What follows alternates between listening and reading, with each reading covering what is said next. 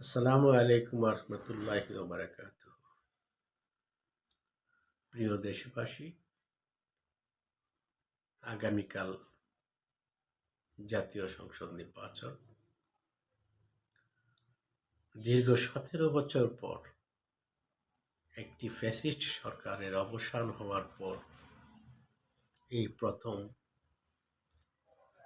একটি জাতীয় নির্বাচন অনুষ্ঠিত হতে যাচ্ছে, যে নির্বাচনে আপনারা সকলেই আপনাদের ভোটাধিকার প্রয়োগ করবেন। ভোট একটি পবিত্র আমানত। আপনার যাকে খুশি তাকে ভোট দিবেন, এটা একান্তই আপনার ব্যক্তিগত ব্যাপার। তবে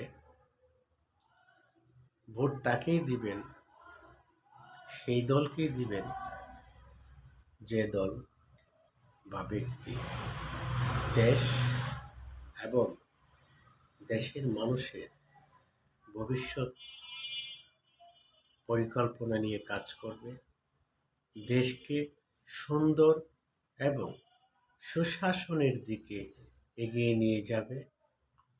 আগামীর বাংলাদেশ হবে সুন্দর এবং সমৃদ্ধশালী একটি বাংলাদেশ। তারই ধারাবাহিকতায় আমি দেশের একজন নাগরিক হয়ে সকল সচেতন নাগরিককে অনুরোধ করব, আপনারা বাংলাদেশ জাতীয়তাবাদী দল বিএনপির প্রতীক ধানের শীষে ভোট দিয়ে ধানের শীষের প্রার্থীকে জয়যুক্ত করুন। আপনার একটি ভোট হতে পারে আগামীর দেশ গড়ার চাবিকাঠি। সকলকেই